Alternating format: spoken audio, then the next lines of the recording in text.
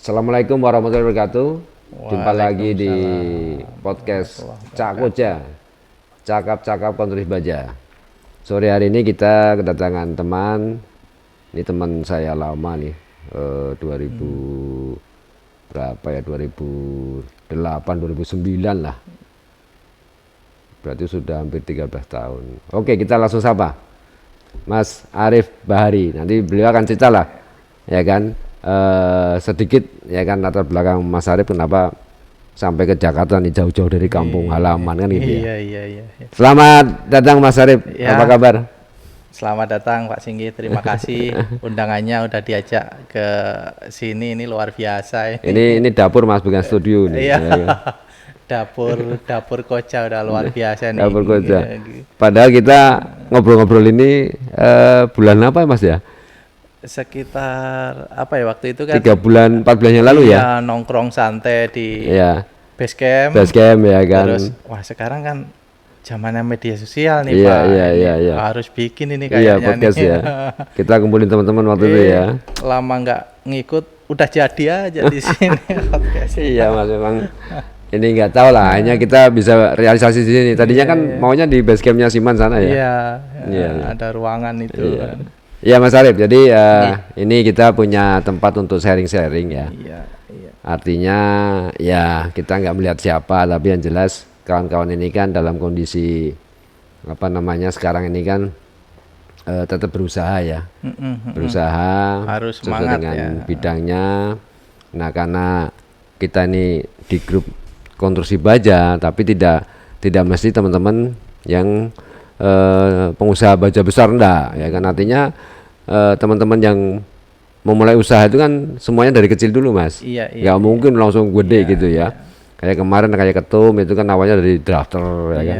Ada teman kita Pak Feni malah dari supir angkot, kenet angkot itu kan. Nah, punya 9 perusahaan. Punya 9 perusahaan. Luar biasa. Nah, saya tahu persis Mas Arif juga perjalanannya nih.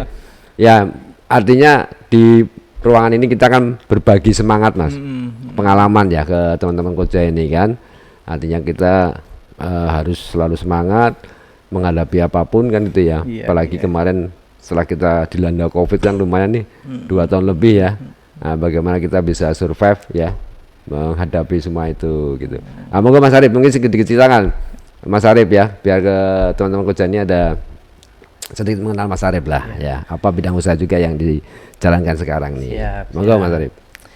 Terima kasih udah diundang ke sini teman-teman Koja ya. Jadi nama saya Arif Budiman Bahari. Cuman yang saya singkat itu bukan di belakang. Biasanya kan Arif Budiman B. Nah. Kalau saya balik nih. Arif B. Bahari. Nah, kenapa tuh? Karena dulu kan ada Arif Budiman yang jadi Politikus. Oh, okay. Wah, biar nggak samar ini. Iya, Politikus, padahal saya nggak ngerti politik sama sekali nih. Jadi singkat situ, cuman waktu kuliah itu temen saya manggil saya itu Arif Singo. Nah sekarang efeknya sampai sekarang nih. Jadi sekarang kalau ada teman kuliah yang di Jakarta dan sekitarnya, gimana Arif? Arif siapa ya? Singo. Singo. Malah tahu Arif Singo. Singo itu kan singa Mas. Singa, iya. Berarti kan wah. Nah, tapi bukan raja singa Mas ya? Bukan. Jadi dulu waktu kuliah itu kan ya saya itu agak gampang marah, dikit-dikit marah. Temperamen. Wah, kayak Mike Tyson ya. Singo. Ya udah. Akhirnya jadi panggilan sehari-hari. Jadi sedikit itu saya itu dari Banyuwangi. Jadi kalau orang nanya saya dari mana, saya dari pinggiran Pak. Pinggiran paling ujung Pulau Jawa. Jadi Banyuwangi. Iya. Dari Banyuwangi, saya dari SD, SMP sampai SMA di sana. Nah, kuliah saya di Malang. Awalnya di Politeknik. Di Politeknik Unibro. Unibro, Sekarang udah mandiri jadi Politeknik Negeri Malang. Bukan Politeknik Unibro lagi. Jadi dari sana saya lulus dari Politeknik Unibro itu 99. 99. Habis pas Krismon ya? Habis Krismon. Ya, 98 kan. Yang biasanya lulusan sana itu hampir 100% diterima kerja. Iya. Waktu saya lulus Wah, banyak zongnya apa? Banyak zongnya. Berarti pas ya, pas apes itu ya. Pas apes. Cuman saya sempat diterima di Malang kerja. Itu di pabrik casting, cuman bukan casting baja ya. Jadi casting aksesoris, castingnya aluminium casting. Saya kerja di situ sekitar ya 4,5 bulan, agak lama. Pas setengah bulan ada kesempatan, kebetulan sama orang tua suruh nerusin lagi. Saya kuliah lagi dari Politeknik ke S1-nya di Unipro juga. Nah, yang Politeknik waktu itu ngambil apa, Mas? Politeknik saya kan teknik mesin, jurusannya produksi. Kalau di S1-nya teknik mesin, jurusannya konversi energi. Waduh, ini kalau kita ngomongin konversi energi, ini ngomongin bahan bakar minyak yang akan dinaikkan atau diberlakukan ini nanti rame, Mas ya. Nah, itu dia. Tapi kita akan bicara lain dulu, Mas. Kita akan simpan ya untuk kalau ngomongin bahan bakar nanti panjang dan lebar ini enggak ada habisnya. Iya. Jadi dari S1 saya lulus 2003 baru ke Jakarta. 2003. Jadi start itu 2003 Juni saya udah di sini. Iya, sampai sekarang. Waduh, iya. Berarti mulai dari Bujang lah ya. Mulai dari Bujang.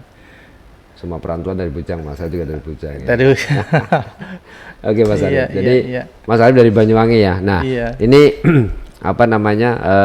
Saya lihat kan usaha, Mas. Sekarang Mas Arif kan udah punya usaha nih, ya kan? Saya lihat nih. Iya. Nah, gimana tuh awal kok kemudian berani nih mutusin untuk punya usaha sendiri lah? Iya. Itu sebenarnya dulu saya kan kerja nih di sini. Kerja di kontraktor. Awalnya saya jadi desainer. Oh, siap. Jadi desainer, jadi belum tahu lapangan. Bisanya desain aja udah. Nggak lama jadi desainer. Kebetulan pas di tempat saya itu banyak proyek. Akhirnya saya dikasih kesempatan pegang proyek. Oke, saya ambil pegang di Toyota waktu itu. Saya ingat banget di waktu manufaktur itu ya? Manufaktur. Nah, di Toyota saya pegang ya, bikin konveyor, bikin macam-macam lah yang hubungannya sama manufaktur lah, sama otomotif lah. Bikin dari situlah saya jadi tahu nggak cuma desain, lapangannya ternyata seperti ini. Sampai ngatur orang, bawa orang, welder macam-macam, taunya di situ. Kerja kurang lebih 3,5 tahun sampai 4 tahun. Cukup lah itu kan. Kalau sekarang udah S1 juga lulus S1 juga jadi itu. S1 dari fakultas, S1 dari pekerjaan. Dari situ saya keluar, saya bikin usaha. Bikin usaha itu berdua. Saya punya teman, dia basicnya marketing. Nah, saya basicnya engineering. Oke, kita bikin usaha digabung. Setahun jalan usaha ini sebenarnya. Dan saya waktu itu nggak ngerti marketing sama sekali. Karena kita udah bagi tugas ya. Udah bagi tugas. Akhirnya jalan setahun, tiba-tiba temen ini ngajak bubar. Waduh, stres. Stres. Bendera sudah dibuat, udah jalan, customer udah ada beberapa. Ngajak bubar. Waduh, saya nggak bisa nyeles istilahnya ya, nggak bisa marketing, diajak bubar. Akhirnya dengan terpaksa ya itu. Dan rata-rata teman-teman saya itu jadi pengusaha itu karena kecelakaan. Ya seperti saya ini kecelakaan. Terpaksa lah ya. Terpaksa, dengan keterpaksaan akhirnya ya timbul kekuatan di situ. Keberanian ya. Keberanian. Jadi ada berkah yang tersembunyi di situ. Akhirnya senjata saya cuma HP. HP itu tak lihat. Ada teman-teman saya kan, teman-teman kuliah itu istilahnya di pabrik-pabrik udah jadi posisi lah, udah ada decision maker. Semua saya telepon satu persatu. Halo bro, masih di sini, masih saya main ya. Saya samperin satu persatu tuh yang ngamen. Akhirnya dari situ banyak kenalan muncul, saya dapat kerjaan kecil, dapat lagi.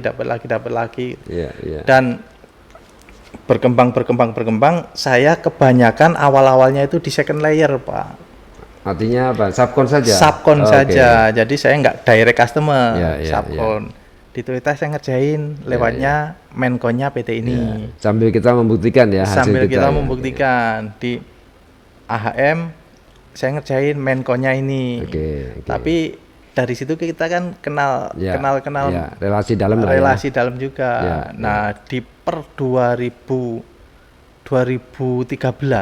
2012 akhir 2013 itu saya memutuskan saya bikin bendera baru lagi. Ini benar-benar start awal saya di tahun itu. Sendirian artinya. Sendirian. Awalnya kan teman-teman di 2013 awal itu saya start benar-benar sendirian. Nah, dari situ saya mulai bertekad saya harus direct customer, punya direct customer nih. Ada target lah ya. Ada target. Nah, dari 2013 saya udah istilahnya ngamen ke sana kemari ke perusahaan-perusahaan sampai sekarang alhamdulillah lah udah beberapa customer yang. Nah, itu yang 2013 apa tuh Mas namanya? Namanya 2013 itu ini. Oh, siap. Iya, PT Total Asia. Jadi saya itu pernah punya 3 perusahaan, Pak. Yang pertama saya bikin itu sama temen. Ini yang sama teman pertama itu nggak saya masukin lah, itu PT. Terus saya sendiri pernah bikin CV, CV Toisi Indonesia. Waduh, kayak Jepang dong Toisi. CV Toisi Indonesia. Habis itu saya bikin PT berdua lagi sama teman. PT Evamak Multi Inovasi. Evamak Multi Inovasi ini lebih ke machining sebenarnya, lebih ke machining. Nah, terus karena CV Toisi Indonesia ini kok kalau ke customer gede kok kurang nyaman gitu, akhirnya ini saya off-kan, saya bikin PT. Nah, bidang kerjanya sama ya. Bidang kerjanya sebenarnya sama, cuman pindah ke PT dan namanya kebetulan saya pas banget tuh, PT Total Asia. Sekarang udah nggak bisa, dua huruf kan, minimal 2 suku kata nggak boleh. Minimal 3 kan. Jadi saya itu udah bagus lah. PT Total udah Asia. Bagus banget tuh Mas. Mungkin kalau mau dijual juga mahal Mas. Nah, yang mau boleh. Karena Total Asia kan. Total Asia. Kan? Harusnya ada Total Afrika, Total Eropa gitu ya. Total istilahnya kan. Iya. Oke. Berarti sudah 2013 ya, sudah 9 tahun 10 tahun ini ya. 9-10 tahun ini mau 10 tahun. Iya. Tapi luar biasa lah. Saya kan tahu juga lah ya sejarahnya Mas Arif ya. Alhamdulillah sekarang udah ada workshop, udah ada alat-alat mesin ya. Luar biasa. Nah, dari pekerjaan Mas Arif itulah kalau kita ngomongin konstruksi baja ini kan sama-sama tahu ya. Iya. Harus bicara volume Mas. Volume. Ya kan, karena kita tawarannya kilogram. Nah, karena ada pekerjaan baja juga yang bukan kilogram nih Mas. Iya. Nah, saya dengar Mas Arif pernah ngerjain yang gitu kan. Iya. Barangnya sekepel sama aja saya ngerjain gudang tuh Mas. Nah, itu. Iya kan. Nah, ini apa Mas? Mungkin bisa share ya kira-kira apa sih yang membuat ada satu pekerjaan sama-sama besinya, cuma kok nilainya kok beda, bobotnya beda, gitu. Kira-kira apa sih Mas? Jadi sebenarnya saya itu kalau saya kan ikut juga di Apindo ya, Asosiasi Pabrikator Baja Indonesia. Iya, Apindo ya, yang ketua Pak Agus Budiarto ya. Iya, Pak Agus Budiarto. Semua kan anggotanya itu kontraktor baja. Nah, kadang kalau ngumpul itu saya cuman plongo aja, ngomongin sekian ribu ton. Karena setelah saya nanya teman-teman itu, ternyata memang kalau main baja itu harus main volume. Kalau cuman dikit nggak bakal jalan. Nggak nutup, saya pun pernah membuktikan. Workshop saya masukin 30 sampai 50 ton udah penuh. Jadi udah nggak bisa gerak buat kerja aja, udah nggak bisa parkir motor, nggak bisa, semuanya. Akhirnya saya memang dari awal itu concern di pabrikasi kecil, cuman yang punya added value, yang punya nilai tambah. Jadi nggak hanya jual bajanya, saya jual engineeringnya. Jadi misalkan saya bikin konveyor, nah konveyor kan nggak bisa dihargain kiloan karena kita punya desain. Bahannya hampir sama. Bahannya sama. Baja, kadang ada dudukannya pakai WF, pipa, ya kan. Cuman konsep sama desainnya ini yang kita jual sebenarnya lebih ke situ, Pak. Betul. Jadi diukur dari segi material itu kalau di tonasenya kecil nggak besar, cuma karena ada unsur desain sama ide sama trouble di lapangannya seperti apa, maintenance seperti apa. Nah, itu yang punya nilai tambah dibanding teman-teman. Nah, akhirnya dengan kapasitas workshop sama pengalaman saya di manufaktur seperti itu, saya lebih ke situ. Cuman di akhir-akhir ini saya ada beberapa bidang lagi tambahan. Diversifikasi lah ya. Saya main hidrolik. Oh, hidrolik. Itu maksudnya main itu apa? Hidrolik system. Untuk servisisnya. Jadi kita udah bikin test band di workshop. Oh, ada test bandnya juga. Ada test band karena beli atau bikin sendiri, Mas? Bikin sendiri. Bikin sendiri dari nol. Karena kita punya knowledge-nya, ada engineering-nya, makanya kita bikin sendiri. Oh, oke. Nah, teman-teman, kalau ada yang mau servis hidrolik mesin, jangan lupa cek tempat yang bisa ngetes. Nah, jangan cuma servis tapi nggak dites hasil perbaikannya. Nah, ini kebetulan di tempatnya Mas Arif ini di Total Asia ada mesin untuk mengetes itu. Mau istilahnya mau sewa tes bandnya aja bisa. Oh, bisa ya. Bisa. Oke. Terus dari situ kita sebenarnya main, orang bilang SPM juga, special purpose machine. Misalkan ada customer minta jig atau alat buat assembling pintu mobil, assembling apa buat pasang instrumen manipulator gitu, kita bikin. Jadi kita nggak punya produk khusus. Kita job order. Berdasarkan pesanan. Design and build lah. Gitu. Tapi berikut sistemnya ya. Berikut sistem. Oke. Itu apakah termasuk pekerjaan automation itu ya, Mas ya? Iya, termasuk Pak. Termasuk automation elektriknya semua. Wah, menarik. Dan Mas Arif ini ya, untuk melihat ke depan nih kan, kita sekarang kan lagi banyak sekali investasi masuk nih. Iya kan. Ya udah barang tentu lah kalau begitu investasi masuk, ada kebutuhan pembangunan pabrik. Oke lah. Nah, tadi yang grup ribuan ton pasti duluan kan gitu ya, kerja, dapatkan pekerjaan. Tapi di sisi lain ternyata ada pekerjaan yang nilainya lebih bagus mungkin ya, dari sisi nilai ya, value-nya. Itu yang menunggu teman-teman selesai bikin pabrik kan gitu ya. Nah, kira-kira nih pada Mas Arif ini kan kita tahun-tahun terakhir ini kan kita dengar ada beberapa kawasan baru nih, ya selain yang lama ya, kayak di Delta, di Egypt atau apalah itu kan juga banyak pabrik-pabrik baru ya. Ini juga di kawasan Jawa Tengah juga banyak. Nah, sisi peluang nih Mas Arif dari tadi ya, cerita Mas Arif terkait dengan manufaktur. Apakah kompetensi lokal ini sudah bisa bersaing nih Mas dengan misalkan kita ada investor Cina, Korea maupun Jepang ya. Tadi Mas Arif cerita terkait dengan pemasangan konver lah atau apakah kita lokalnya udah mampu Mas untuk bersaing dengan itu? Saya punya banyak rekan, punya banyak teman, dan saya ngerti sendiri, tahu sendiri kapasitas mereka seperti apa. Sebenarnya teman-teman atau orang-orang kita itu banyak yang pintar, luar biasa Pak. Saya punya teman yang bikin AGV itu Mas? Automatic Guide Vehicle. Jadi kendaraan yang jalan sendiri di dalam pabrik tanpa sopir. Jadi remote ya? Enggak remote, bukan remote udah sistem, udah sistem. Biasanya orang pakai PLC biasanya. Di sini ada beberapa maker lah AGV itu. Nah, saya punya teman yang benar-benar bikin dari nol.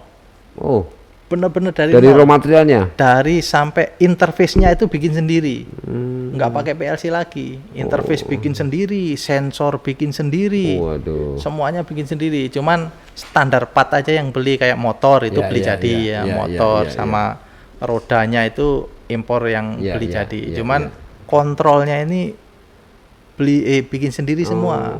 Bahkan ada contohnya Mas, atau ada yang pernah dibuat atau prototipe atau apa gitu? Ada dia. Boleh nanti kita kapan coba kita lihat Mas, kita shooting ya, kita lihat ya cara kerjanya ya. Biar nanti kita bisa sampaikan ke teman-teman ya hasilnya kayak apa sih? Dulu di kantor saya juga ada itu sampelnya, karena kemarin ada yang pesen, akhirnya dikasih yang pesen. Iya. Memang udah sering bikin. Sebentar Mas, itu berarti kan bisa dipakai untuk teman-teman yang punya storage ya, kayak pergudangan itu kan kadang ada rak, di situ ada banyak macam-macam material ya. Bisa. Kadang kan sudah di packing tuh. Iya. Nah, kalau masih pakai manual manusia kan cari satu-satu tuh. Kelamaan. Pergang, gitu ya. Kelamaan. Tapi kalau pakai mesin itu, pakai alat itu dia udah bisa detek sendiri ya. Udah jalan sendiri, misalkan alamatnya di mana, di LAN berapa, berapa, tinggal di setting situ, pencet udah jalan ke sana sendiri. Sana kalau misalkan ada operator tinggal naruh, pencet lagi, balik lagi ke mana yang dituju, udah bisa. Wah, ya, memang itu loncatan teknologi ya. Iya. Cuman ada ancaman juga jadi pengurangan tenaga kerja ya. Nah, lebih efisien tapi sisi lain penyerapannya berkurang Mas ya. Itu dia. Jadi memang di perusahaan-perusahaan targetnya itu pengurangan tenaga kerja, karena dari kasak kusuk mereka itu lebih baik istilahnya investasi di mesin daripada di manpower. Iya, karena dia tidak pernah demo Mas. Enggak pernah demo. Iya, enggak pernah nuntut BPJS, enggak pernah Mas. 24 jam kerja. Betul. Enggak minta macam-macam ya, enggak minta puding, enggak minta apa ya. Oke. Targetnya ke situ. Iya. Kadang-kadang ya resikonya ke situ. Ada beberapa pengurangan atau pengalian manpower. Iya. Wah, menarik Mas ini. Berarti teman-teman ini Mas Arif ini rupanya sekian tahun mandiri ya, sudah banyak inovasi-inovasi yang coba dibuat. Makanya nanti saya sendiri penasaran tuh mau lihat kayak apa sih barangnya ya. Nanti kita coba kunjung, kita akan videokan. Nah, kita mungkin akan undang lagi Mas Arif ya untuk menceritakan teknologi itu ya. Ya siapa tahu ini menjadi satu peluang juga ya, bahwa Indonesia putra-putrinya udah mampu buat itu kan. Sangat mampu Pak, sebenarnya sangat mampu. Karena pemerintah sekarang lagi menggalakkan itu Mas, ya kan. Gimana pun caranya kalau bisa kita dalam negeri lah, kan gitu. Apalagi bicara teknologi, ada yang mampu, wah itu harusnya didukung banget itu. Iya kan, gitu. Banyak yang teman-teman itu sebenarnya banyak, cuman yang ke expose masih sangat sedikit ya. Karena ya mungkin keterbatasan. Betul. Nah, makanya mungkin dengan adanya wadah asosiasi seperti ini kan jadi komunikasi, informasi terhimpun Mas ya. Boleh Mas, nanti teman-teman itu kita undang juga Mas. Iya kan? Ya, kita melalui media podcast ini kan kita bisa menyebarkan ya, menginformasikan berita-berita yang baik lah ya. Ya siapa tahu ada masyarakat luas yang akhirnya mengetahui dan mau kan mengajak kerjasama juga kan gitu Mas ya. Oke Mas Arif, ini karena waktunya terbatas ya. Kita belum bisa syuting lama-lama nih karena fasilitasnya nih ya. Nanti kita sambung lagi ya. Dengan menu yang tadi ya. Kita akan lihat praktek di lapangan ya. Gimana sih mesin yang Mas Arif buat sama teman-teman ini ya. Oke, sobat kerja, mungkin kita akan ketemu lagi dengan Mas Arif Bahari ya. Tentunya kita berharap dengan Total Asia Mas Arif bisa mengembangkan produk-produk yang lebih inovasi lagi ya, sehingga suatu saat pastilah kita yakin melalui podcast ini banyak pihak yang akan bisa kita hubungkan ya, sehingga ada peluang di situ ya. Karena mau tidak mau, suka tidak suka, kita harus berusaha menjadi tuan rumah di negeri sendiri. Kan gitu ya. Kuncinya itu ya. Apa yang kita bangga-banggakan kalau itu bukan produk kita. Padahal kita yakin mampu ya. Makanya besok kita buktikan Mas. Bantuan regulasi dan macam-macam ini yang dibutuhkan. Iya, saya kira itu. Karena ini kan sekarang juga lagi digencarkan terkait dengan energi terbarukan Mas. Ya kan. Kayak misalkan mobil juga sudah mulai beralih ke listrik dan sebagainya. Otomatis kan tadi ilmu Mas Arif kan masuk di situ sebenarnya kan. Ya kan, di automation dan sebagainya. Oke, sobat Koja, terima kasih Mas Arif sudah berkenan hadir di podcast Koja. Ya, kita akan ketemu lagi di lain kesempatan Mas ya. Tentunya dengan rekaman tadi Mas ya. Rekaman hasil karya Mas Arif. Siap. Oke, kita jumpa lagi. Salam sehat semuanya. Wassalamualaikum warahmatullahi wabarakatuh. Waalaikumsalam warahmatullahi wabarakatuh.